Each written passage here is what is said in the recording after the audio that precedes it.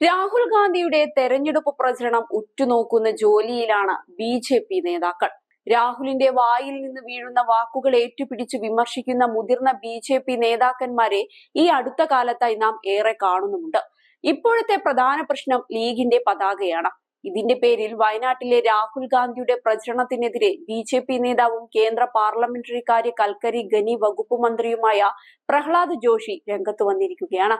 വയനാട്ടിൽ നാമനിർദ്ദേശ പത്രിക സമർപ്പണ വേളയിൽ രാഹുൽ ഗാന്ധി കോൺഗ്രസിന്റെ പതാകയ്ക്ക് പകരം മുസ്ലിം ലീഗിന്റെ പതാകയാണ് പിടിച്ചതെന്ന് കർണാടകയിലെ ഹുബ്ബള്ളിയിൽ തെരഞ്ഞെടുപ്പ് പ്രചരണത്തിനിടെ കേന്ദ്രമന്ത്രി മാധ്യമപ്രവർത്തകരോടായി പറഞ്ഞിരിക്കുകയാണ്.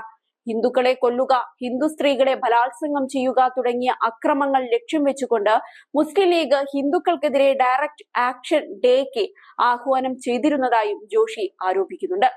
വിധ്വംസക പ്രവർത്തനങ്ങളെ പിന്തുണയ്ക്കുന്ന മുസ്ലിം ലീഗുമായി ചേർന്ന് തെരഞ്ഞെടുപ്പിൽ മത്സരിക്കുന്നതിലൂടെ രാഹുൽ ഗാന്ധി ഹിന്ദുവിരുദ്ധ വികാരം വർദ്ധിപ്പിക്കുന്നതിന് നേരിട്ട് സംഭാവന നൽകുകയാണ്. കർണാടകയിൽ നടക്കുന്ന ഹിന്ദുവിരുദ്ധ പ്രവർത്തനങ്ങളുടെ നേരിട്ടുള്ള ഉത്തരവാദിത്വം രാഹുൽ ഗാന്ധിക്കാണ്. തീർന്നില്ല. ജയശ്രീരാം വിളിച്ചതിന് ഹിന്ദുക്കൾക്കെതിരായ ആക്രമണം പോലുള്ള സംഭവങ്ങൾക്ക് കോൺഗ്രസ് പാർട്ടി ഒത്താശ ചെയ്യുന്നതായും അദ്ദേഹം ആരോപിക്കുന്നുണ്ട്. വിധാൻ സൗദയിൽ പാകിസ്ഥാൻ അനുകൂല മുദ്രാവാക്യം വിളിക്കൽ, ഹനുമാൻ ചാലിസ ചൊല്ലിയതിനും ജയശ്രീരാം മുദ്രാവാക്യം വിളിച്ചതിനും വ്യക്തികൾക്ക് നേരെയുള്ള ആക്രമണം തുടങ്ങിയ സംഭവങ്ങളിലേക്ക് നയിച്ച മുസ്ലിങ്ങളെ കോൺഗ്രസ് പ്രീണിപ്പിക്കുകയാണ്. കോൺഗ്രസ് പാർട്ടിയുടെ ഹിന്ദുവിരുദ്ധ നിലപാടാണ് ഈ സംഭവങ്ങൾ തെളിയിക്കുന്നതെന്നും കേന്ദ്രമന്ത്രി അവകാശപ്പെടുന്നുണ്ട്. കോൺഗ്രസ് ഭരിക്കുന്ന സംസ്ഥാനങ്ങൾ തീവ്രവാദ പ്രവർത്തനങ്ങളെ പിന്തുണയ്ക്കുന്നുവെന്നും ജോഷി അവകാശപ്പെട്ടു. ഈ യാഥാർത്ഥ്യത്തെക്കുറിച്ച് ജാഗ്രത പാലിക്കാനും ഉണർന്നിരിക്കാനും പൊതുജനങ്ങളോട് അഭ്യർത്ഥിക്കുന്നുവെന്നും അദ്ദേഹം പറയുന്നുണ്ട്. അതേസമയം രാഹുൽ ഗാന്ധിയുടെ ഇത്തവണത്തെ കേരളത്തിലെ പരിപാടികളിൽ നിന്നും ലീഗ് പതാക ഒഴിവാക്കാൻ മുന്നണി തന്നെ ശ്രമിച്ചിരുന്നു. ഉത്തരേന്ത്യൻ സംസ്ഥാനങ്ങളിൽ ഇത് ബി.ജെ.പി. ആയുധമാക്കുമെന്ന് മുന്നിൽ കണ്ട് തന്നെയാണ് പതാക പിൻവലിച്ചത്. വയനാട്ടിൽ ഒരു പാർട്ടിയുടെയും പതാക ഇല്ലാതെ രാഹുലിന്റെ പോസ്റ്റർ മാത്രമായിരുന്നു ഉപയോഗിച്ചത്. അതേസമയം വിമർശനങ്ങളുടെ പേരിൽ രാഹുൽ ഗാന്ധി പങ്കെടുക്കുന്ന പരിപാടികളിൽ ലീഗ് പതാക ഒഴിവാക്കുന്നതിൽ പ്രവർത്തകർക്കും വലിയ അമർഷം തന്നെയുണ്ട്. അതേസമയം വയനാട് ലോക്സഭാ മണ്ഡലത്തിൽ രാഹുൽ ഗാന്ധിയുടെ പ്രചരണത്തിന് ഒരു പതാകയും ഉപയോഗിക്കില്ലെന്ന് KPCC ആക്ടിംഗ് പ്രസിഡന്റും UDF കൺവീനറുമായ MM ഹസൻ ആദ്യമേ പറഞ്ഞിരുന്നു. എന്നാൽ മറ്റു മണ്ഡലങ്ങളിൽ സ്ഥാനാർത്ഥികൾക്ക് താല്പര്യമുണ്ടെങ്കിൽ പതാകകൾ ഉപയോഗിക്കാമെന്നും ഹസൻ പറയുകയുണ്ടായി.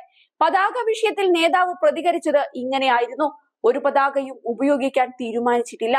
എന്തുകൊണ്ടാണ് എന്ന് ചോദിച്ചാൽ ഞങ്ങൾ അങ്ങനെയാണ് തീരുമാനിച്ചിരിക്കുന്നത്. കോൺഗ്രസിന്റെ പതാക ഉപയോഗിക്കുന്നില്ല. അപ്പോൾ പിന്നെ മുന്നണിയിലെ മറ്റു പാർട്ടികളുടെ പതാക ഉപയോഗിക്കുന്ന കാര്യത്തിൽ വിശദീകരിക്കേണ്ട കാര്യമില്ല. ഇത്തവണ തെരഞ്ഞെടുപ്പ് പ്രചരണത്തിന് പതാക വേണ്ട, ചിഹ്നം ഉപയോഗിച്ചാൽ മതി എന്നാണ് തീരുമാനം. മറ്റ് സ്ഥലങ്ങളിൽ അവർക്ക് ഇഷ്ടമുണ്ടെങ്കിൽ പതാക ഉപയോഗിക്കാം.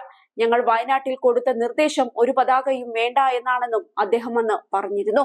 നേരത്തെ രാഹുൽ ഗാന്ധിയുടെ പത്രികാ സമർപ്പണത്തിന് മുന്നോടിയായി നടത്തിയ റോഡ് ഷോയിൽ കോൺഗ്രസ്, മുസ്ലിം ലീഗ് തുടങ്ങിയ പാർട്ടികളുടെ പതാകകൾ ഉപയോഗിക്കാതിരുന്നത് വിവാദമായിരുന്നു.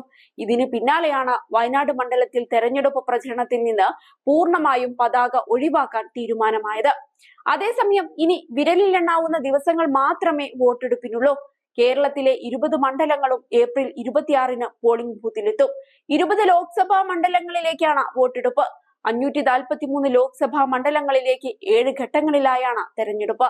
ഏപ്രിൽ 19-നാണ് ആദ്യഘട്ടം, ഏപ്രിൽ 26-ന് രണ്ടാം ഘട്ടം, മെയ് 7-ന് ആണ് മൂന്നാം ഘട്ടം, മെയ് 13-ന് നാലാം ഘട്ടവും മെയ് 25-ന് ആറാം ഘട്ടവുമാണ്. ജൂൺ 1-നാണ് 7-ാം ഘട്ട വോട്ടെടുപ്പ്. ജൂൺ 4-ന് ഫലപ്രഖ്യാപനമുണ്ടാകും.